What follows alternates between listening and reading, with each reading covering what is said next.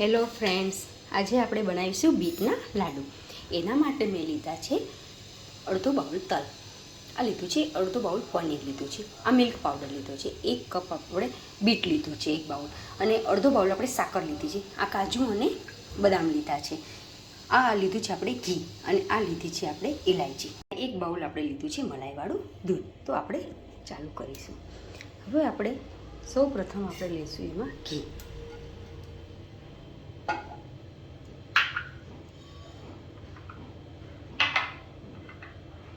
એમાં બીટ નાખી દઈશું.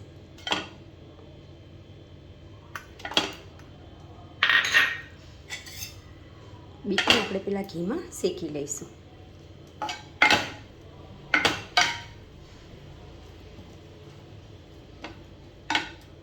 હવે આપણું આ બીટ ઘીમાં શેકાઈ ગયું છે.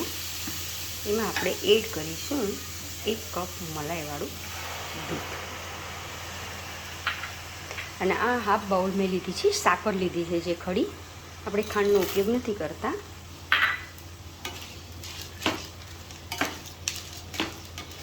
હવે જ્યાં સુધી આપણું આ દૂધ બળીને માવો ના બને ત્યાં સુધી આપણે એને હલાવતા રહીશું. હવે આપણું દૂધ બળી ગયું છે, એમાં આપણે એડ કરીશું પનીર, અને આ આપણે અડધો બાઉલ જેટલો મિલ્ક પાવડર.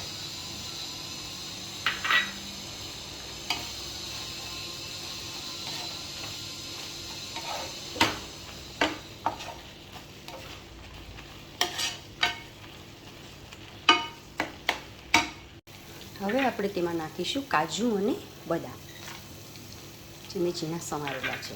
અંદર નાખીશું 1 ચમચી જેટલો ઇલાયચી પાવડર.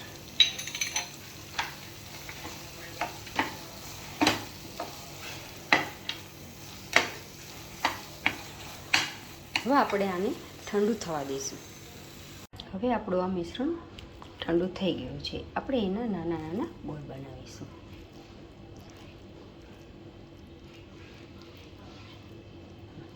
અને આ તલની અંદર આપણે એને દોડી લઈશું.